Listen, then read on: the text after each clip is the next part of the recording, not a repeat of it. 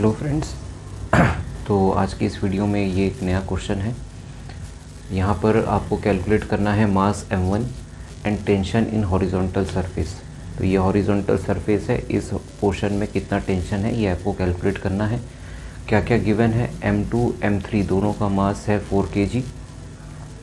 यहाँ पर एक नया चीज़ है कि यहाँ पर coefficient of friction, kinetic friction दिया हुआ है 0.25 और साइन 37, मतलब ये जो इंक्लिनेशन है ये है 37 डिग्री। इसमें साइन की वैल्यू दी गई है 3.3/5।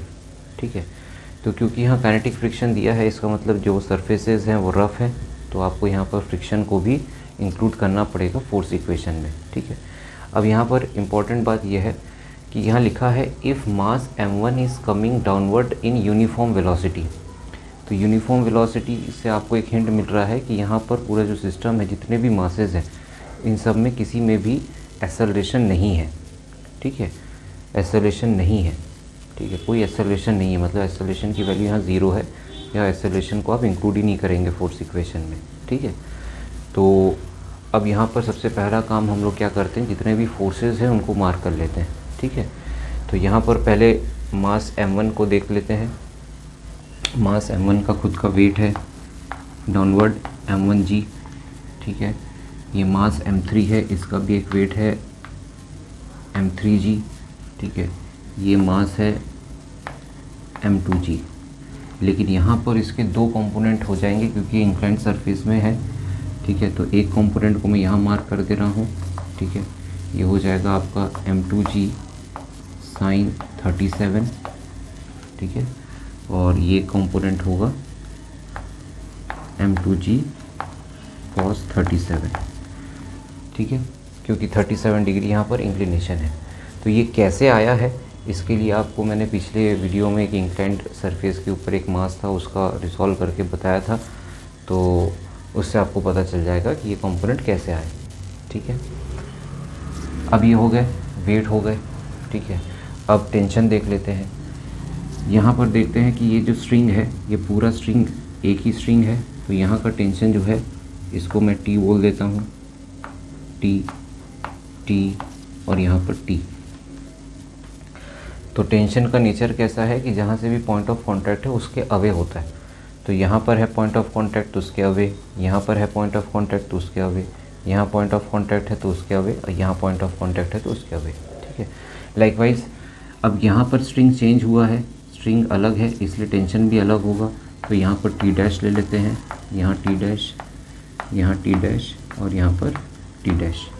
ठीक है, तो यहाँ पर हमने टेंशन को भी मार्क कर दिया। ठीक है, अब यहाँ पर जो फ्रिक्शन है, फ्रिक्शन को भी इंक्लूड करते हैं। फ्रिक्शन का फॉर्मूला क्या होता है, friction is equal to mu N. N यहाँ पर क्या है, नॉर्मल टू द सरफेस। ठीक है, normal reaction from the surface. तो यहाँ पर नॉर्मल n1 ले लीजिए। ठीक है, और फ्रिक्शन को F1 ले लीजिए।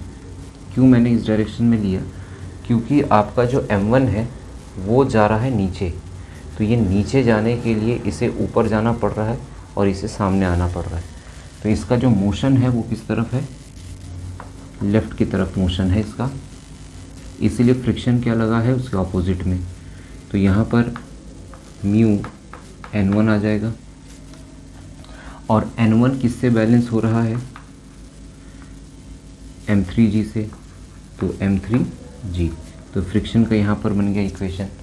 ठीक है, अब यहाँ जो मास m2 है इसमें भी फ्रिक्शन अप्लाई हो रहा है, तो वो फ्रिक्शन किस पे डिपेंड कर रहा है, ये वाले नॉर्मल पे, तो इसको मैं n2 बोल देता हूँ।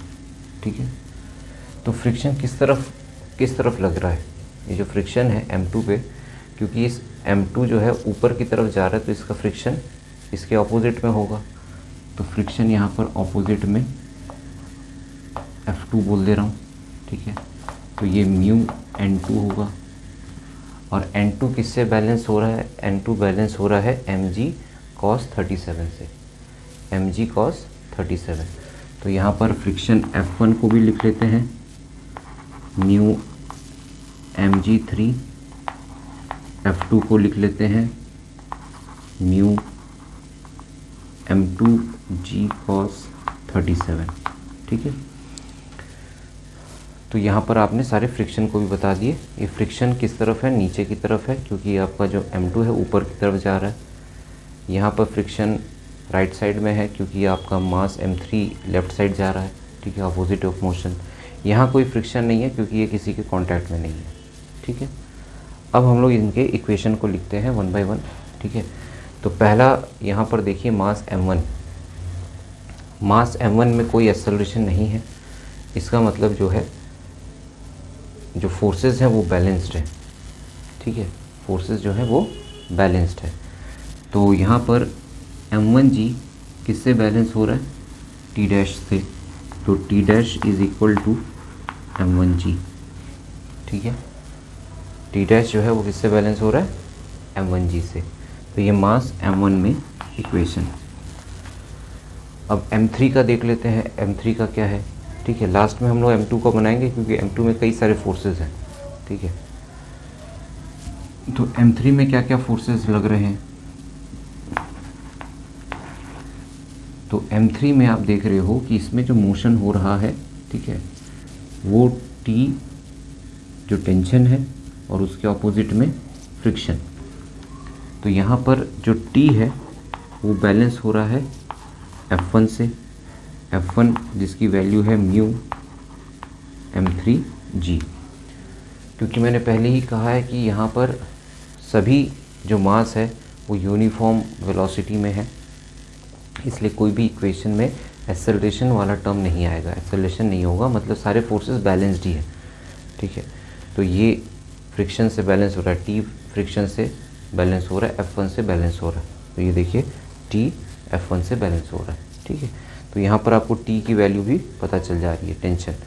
तो यहाँ पर हम जब कैलकुलेट करेंगे, ठीक है, हालांकि ये भी आपको कैलकुलेट करने को बोला है हॉरिजॉन्टल टेंशन, तो म्यू की वैल्यू आप पुट कर दीजिए 0.25, M3 की वैल्यू 4 पुट कर दीजिए और G की वैल्यू 9.8 पुट कर दीजिए। ठीक है, तो यहाँ से आपको टेंशन ऑफ हॉरिजॉन्टल सरफेस पता चल जाएगा। 0.25 मास 4 और G 9.8, तो 4 टाइम्स ऑफ 0.25 है ना, तो ये आ जाएगा 9.8 न्यूटन। ठीक है, तो friction in the horizontal surface आपको मिल गया, sorry tension in the horizontal surface आपको मिल गया। अब देखते हैं मास M2। मास M2 में जो फोर्सेस हैं, ठीक है, वो यहाँ पर कैसे कैसे एक्ट कर रहे हैं। देखिए मास M2 जा रहा है T डैश के डायरेक्शन में। ठीक है, अब यहाँ पर ये भी जो है यूनिफॉर्म वेलोसिटी से ऊपर जा रहा है। ठीक है, तो इसमें भी फोर्सेस, जितने भी फोर्सेस हैं, ठीक है, वो बैलेंस्ड होंगे। ठीक है, तो चाहे आप इसके बैलेंस में लिखिए T डैश, तो T डैश को बैलेंस कौन कर रहा है, T डैश के ऑपोजिट में जो है वही बैलेंस कर रहा होगा। T डैश के ऑपोजिट में T है, इक्वल टू T लिख दीजिए। ठीक है, इसके ऑपोजिट में फ्रिक्शन भी है। ठीक है, फ्रिक्शन F2, तो प्लस F2 लिख दीजिए।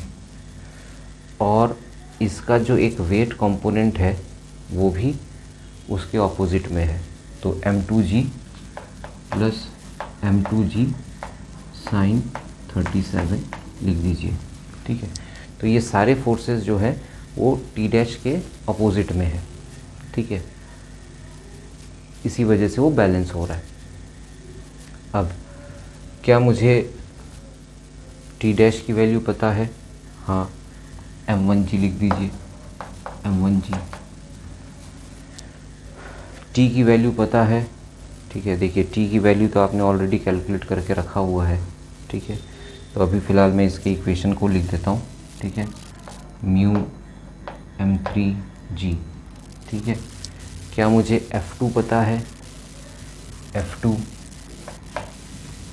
फ्रिक्शन, F2 भी पता है आपको, mu M2G cos 37, mu M2G cos 37। ठीक है, और लास्ट का जो कंपोनेंट है M2G sin 37। ठीक है, तो देखिए आपको यहाँ पर M2 और M3 दोनों की वैल्यू पता है। दोनों की वैल्यू आपको पता है, ठीक है। आपको फाइंड करना है m1, तो m1g म्यू m3। अब आप देखिए सभी में g as a multiple common है, तो mu m2 cos 37 m2 sin 37, और यहाँ पर मैंने g as a common multiple ले लिया, ठीक है। अब अगर मुझे मास m1 कैलकुलेट करना है, ठीक है, तो मैं यहाँ पर g और यहाँ का g कैंसिल कर दे रहा हूँ क्योंकि वो एज ए कॉमन मल्टीपल था दोनों तरफ, ठीक है। तो mu m3 mu m2 cos 37 m2 sin 37।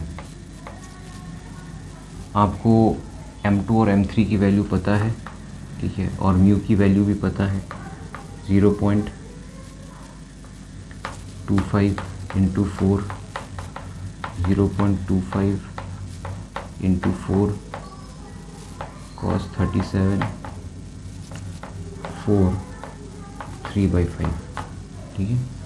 तो यहाँ से आपको m1 की वैल्यू कैलकुलेट हो जाएगी। यहाँ cos 37 आपको पता है नहीं पता है क्योंकि क्वेश्चन में आपको sin 37 ही दिया है, तो आप उसको अलग से कैलकुलेट कर सकते हो। तो cos 37 √1 माइनस sin स्क्वायर 37 आ जाएगा, ठीक है। तो यहाँ से आपको cos की वैल्यू पता चल जाएगी और इस इक्वेशन से आपको मास m1 फाइंड हो जाएगा। कैलकुलेट करने के बाद जो वैल्यू आएगी वो आएगी 2.4 kg। तो होप सो आप ये कैलकुलेट कर पाएंगे, है ना। तो ये रहा आपका मास m1, ठीक है, मास m1 जिसको आपको फाइंड करना था और टेंशन आपने पहले ही फाइंड कर लिया था, ठीक है।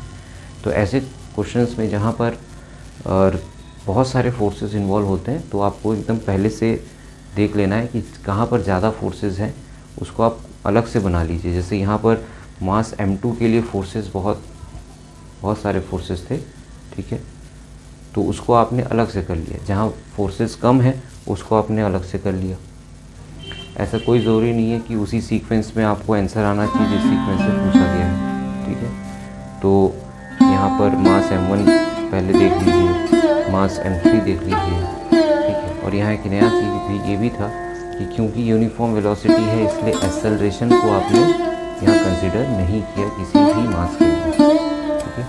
तो होप सो आपको ये समझ में आया होगा, और अगर कोई भी डाउट है तो आप कमेंट बॉक्स में पूछ सकते हैं। Thank you very much.